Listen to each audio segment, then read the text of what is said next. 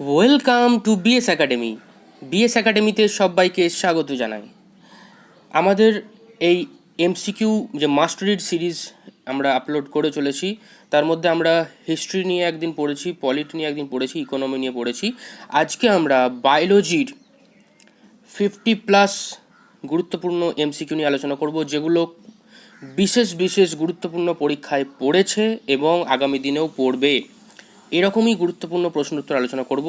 তো আর কথা না বাড়িয়ে আমরা ডাইরেক্ট প্রশ্ন উত্তরে চলে যাচ্ছি। যারা আগের ক্লাসগুলো দেখোনি তারা অবশ্যই দেখো, তোমাদের নিশ্চয়ই কাজে লাগবে, এই সিওরিটি দিচ্ছি।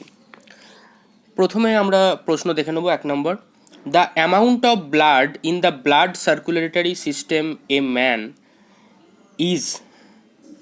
ঠিক আছে, বলছে একটা ব্লাড সার্কুলেটরি সিস্টেমে যে অ্যামাউন্ট অফ ব্লাডটা, কতটা পরিমাণ রক্ত একজন মানুষের লাগে, সেটা অপশান থাকবে 1 litre, 2 litre, 5 litre, 10 litre. Answer হবে 5 লিটার।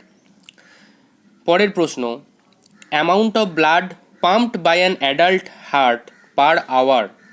অর্থাৎ একজন অ্যাডাল্ট মানুষ, তার হার্টের পার আওয়ারে কতটা পরিমাণ ব্লাড পাম্প হয়। অপশান থাকবে 150 litre, 200 litre, 300 litre, 340 litre. Answer হবে 300 লিটার। ঠিক আছে, তো এটার আরেকটা ছোট্ট করে এটার একটি ইম্পর্ট্যান্ট নোট বলে দিচ্ছি, যে মনে রাখবে শুধু, স্ট্রোক ভলিউম হচ্ছে 70 ml অ্যান্ড মিনিউট ভলিউম হচ্ছে 17 to 72 ml, that is 5 litre. 72 দিয়ে মাল্টিপ্লাই করলাম কারণ 72 হচ্ছে পালস রেট। ওকে, পরের প্রশ্ন, the instrument used for measuring blood pressure is called. Option barometer, tonometer, sphygmomanometer.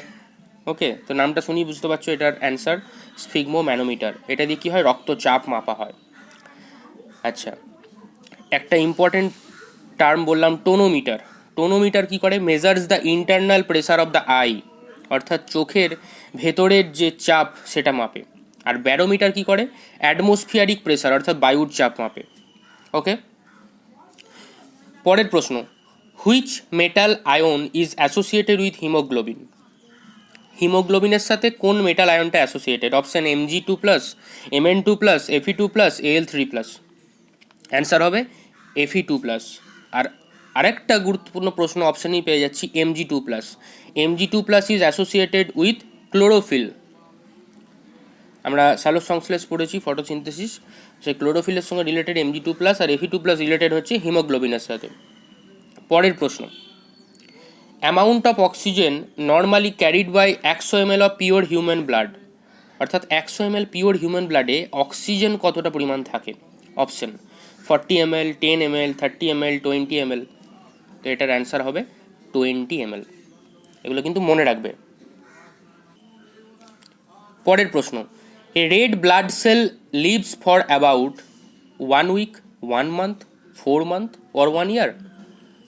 অর্থাৎ একটা লোহিত রক্ত কণিকা কতদিন বেঁচে থাকে, 4 মান্থস, 120 ডেজ। ঠিক আছে, মনে রাখবে। Simply, white blood cell live for 3 to 15 days, platelets blood cells live for 1 to 3 days. Okay, আচ্ছা, এবার কিছু কিছু গুরুত্বপূর্ণ জিকেও চলে আসে এর মধ্যে, যেগুলো পরীক্ষায় থাকে। যেমন উটের আরবিসিতে, ক্যামেলস আরবিসিতে নিউক্লিয়াস প্রেজেন্ট থাকে, এই প্রশ্নটা থাকে অনেক পরীক্ষায়। ঠিক আছে, তো এরকমই কিছু আছে আর কি, যেগুলো খুবই গুরুত্বপূর্ণ, সব পরীক্ষায় আসে। পরের প্রশ্নে চলে যাচ্ছি আমরা। Universal donor in blood transfusion refers to. কোন গ্রুপকে বলা হয় universal donor? Blood group A, B, AB or O? তাহলে আমরা জানি যে ইউনিভার্সাল ডোনার হচ্ছে ব্লাড গ্রুপ ও, যে দাতা মানে যে দেয়, আর ইউনিভার্সাল অ্যাকসেপ্টার মানে যে নিতে পারে সবার থেকে, এটা হচ্ছে এবি। পরের প্রশ্ন, সেপ্টিসেমিয়া। সেপ্টিসেমিয়া জিনিসটা কি? অপশন থাকবে mental disorder, food poisoning, blood poisoning etcetera. তো অ্যান্সার হবে ব্লাড পয়জনিং। ব্লাড পয়জনিং হচ্ছে সেপ্টিসেমিয়া।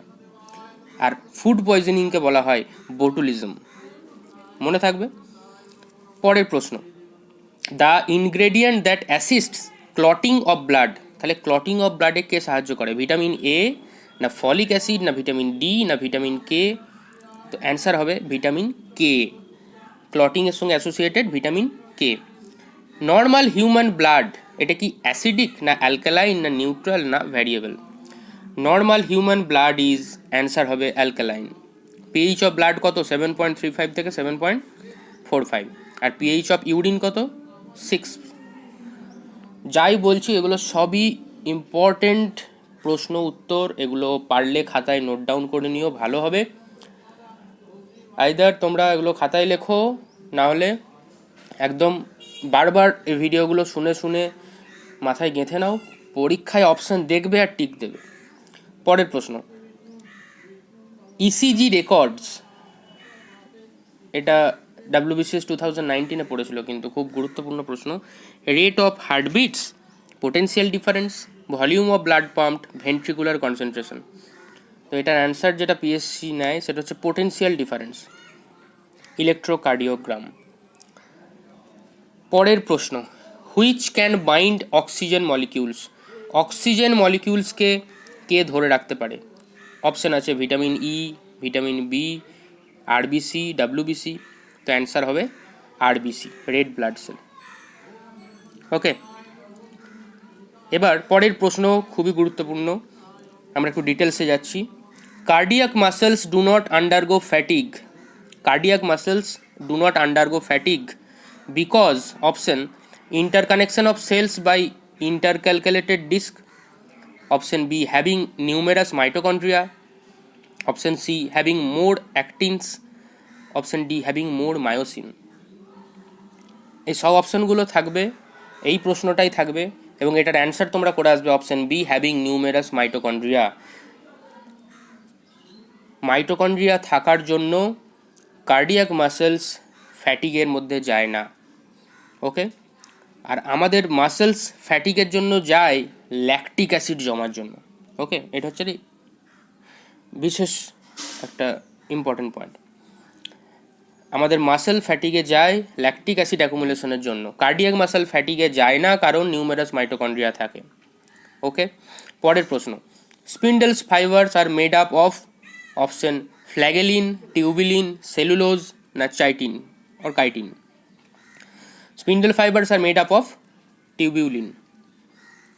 Okay, পরের প্রশ্ন, a muscle that is consciously controlled, a muscle that is consciously controlled, তার অপশনগুলো থাকবে striated voluntary, non striated voluntary, striated involuntary, non striated involuntary.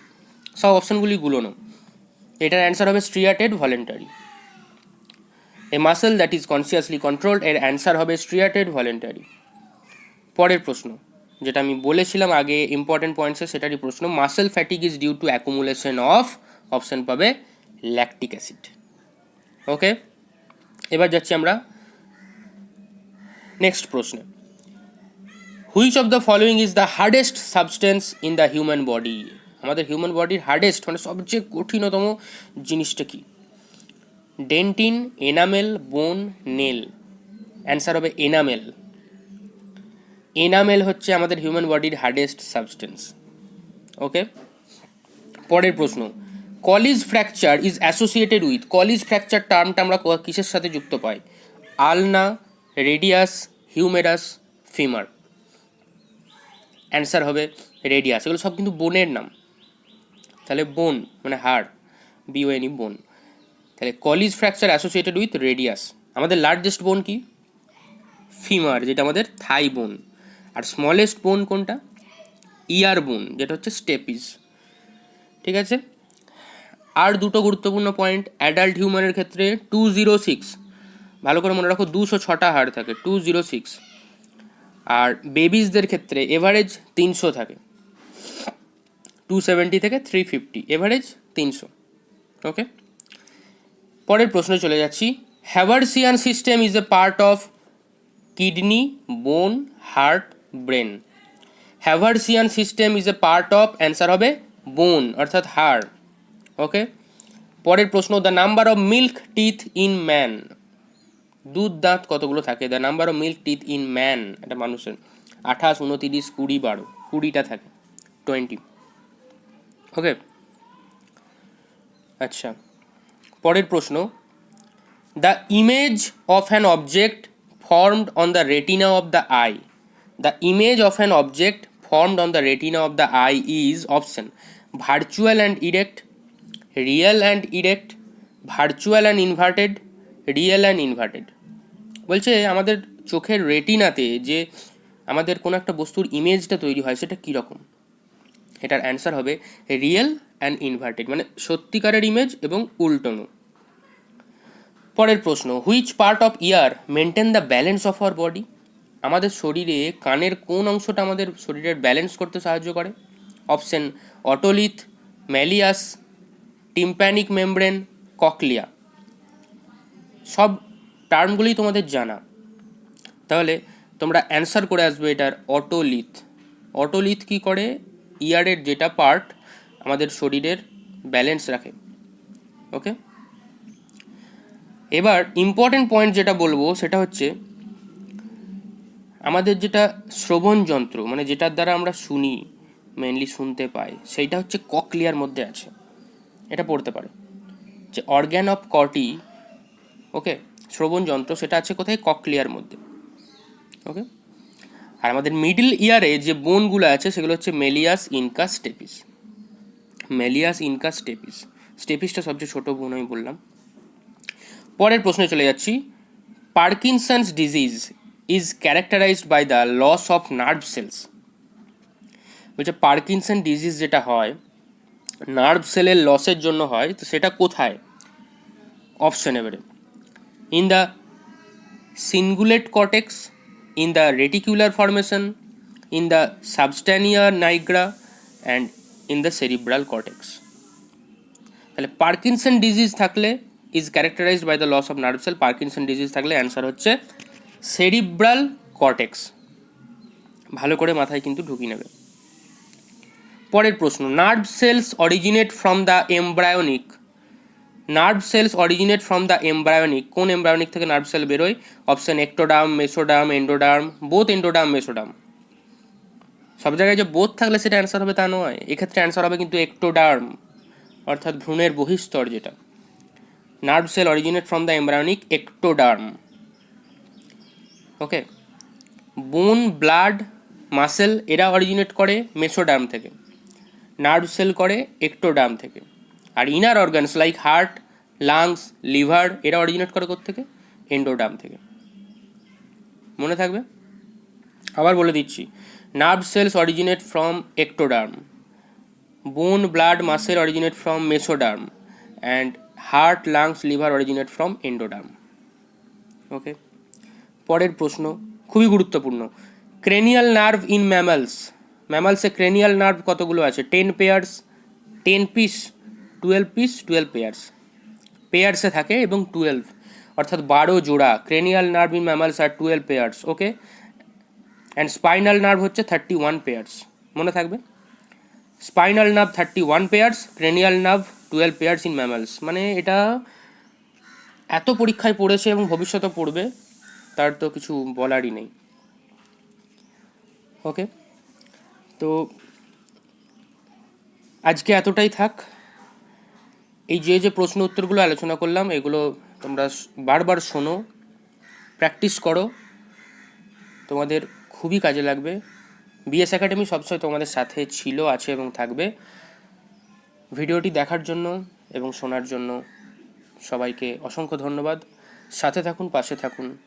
Wish you all the best and thank you for watching.